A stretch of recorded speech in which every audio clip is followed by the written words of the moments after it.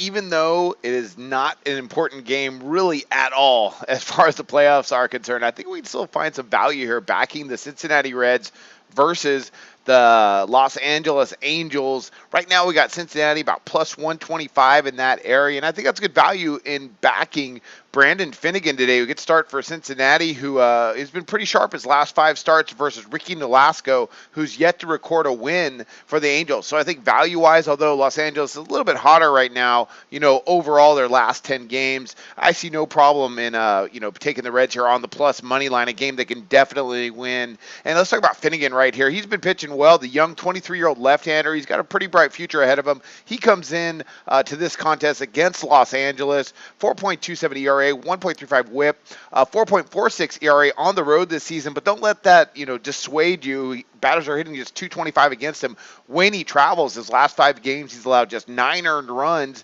in his last 30 innings of work. That's including 2 times where he shut teams down completely. The Dodgers and the Cardinals, 2 pretty good hitting teams, allowing just 3 hits combined against them in 13 innings. So he has the capability to come in and keep the Angels to a reasonable number. At the plate, Cincinnati, just this last week, they were leading the National League in batting average for the week.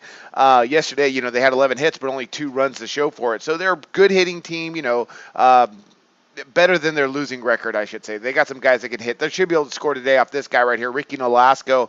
Really has not pitched very well for Los Angeles. Not horrible, but not great either. He comes in on the season so far, 5.24 ERA, 1.36 WHIP, and that's with the Angels, where he's lost all 5 starts that he's made for them since coming over from Minnesota. So he's struggled on the mound. He's allowed 19 earned runs in his last 5 starts over about 30 innings of work, and he's a very hittable pitcher. So I expect for Cincinnati to get a lot of quality at bats against him. The Angels, good hitting team, and they are pretty high. They're an underrated hitting team, I should say. But, we know they got Trout and they got Pujols. They got some guys that can hit. Still, value-wise, Finnegan versus Nolasco, that's really what gets me on this one, is backing the better pitcher. So I'm going to go ahead. I'm going to take a shot here with Finnegan and the Reds versus the Angels. Angels, again, pretty decent hitting team, but value-wise, I think the Reds are the smart play. So that's going to be one of my Major League picks, and I wish you luck on your picks today.